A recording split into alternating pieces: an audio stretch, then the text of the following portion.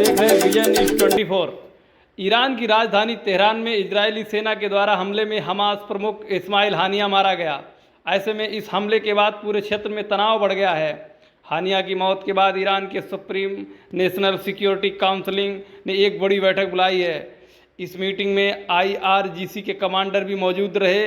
इस मीटिंग में तय हुआ कि हमले पर कैसे जवाब और क्या जवाब देना है। ईरान के सुप्रीम लीडर ने ऐलान किया है कि इजराइल को इस हमले के गंभीर परिणाम भुगतने होंगे। यानी इजराइल के इस हमले और ईरान की चेतावनी के बाद माना जा रहा है कि ये युद्ध सीधे तौर पर ईरान और इजराइल के बीच हो गया है। बीते कुछ महीनों में ही कई ऐसे वाक़ये हुए जिनकी वजह से अब ईरान और इजराइल के बीच तनाव युद्ध की तरफ बढ़ता जा रहा है। इस्माइल हानिया की मौत को 7 अक्टूबर के बाद सबसे अहम इजरायली ऑपरेशन माना जा रहा है। ईरान की राजधानी में घुसकर इजराइल के द्वारा हानिया को मारना ईरान की इज्जत पर हमले जैसा है और इसका बदला ईरान जरूर लेगा।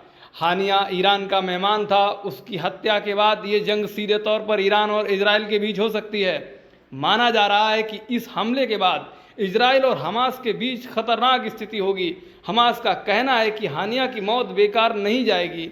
माना जा रहा है कि हानिया की मौत के बाद हमास अब पहले से ज़्यादा मजबूती से इजरायली को निशाना बना सकता है। इतना ही नहीं, हमास अब चाहेगा कि ईरान सीधे तौर पर इस जंग में शामिल हो जाए, क्योंकि इससे इजराइल पर दबाव बढ़ेगा। अगर इस जंग में ईरान भी शामिल होता है तो हमास को उम्मीद है कि ये सीज फायर समझौते में अपनी कठोर शर्तों को मनवा लेगा। वहीं अब एक बार फिर से मध्य पूर्व में तनाव बढ़ गया है और एक बड़ी जंग का खतरा देखा जा सकता है।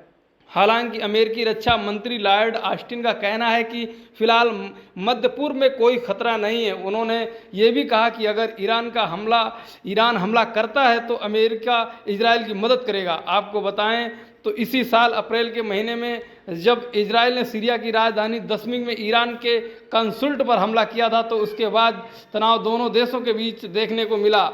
बदले में ईरान ने इजराइल पर 300 से ज़्यादा रॉकेट और ड्रोन से हमले किए। ईरान और इजराइल में तानातनी के बीच अब से कुछ महीने पहले ही ईरान के राष्ट्रपति इब्राहिम रईसी की मौत एक हेलीकॉप्टर हादसे में हो गई थी, जिसका आरोप भी ईरान ने इजराइल पर ही लगाया था।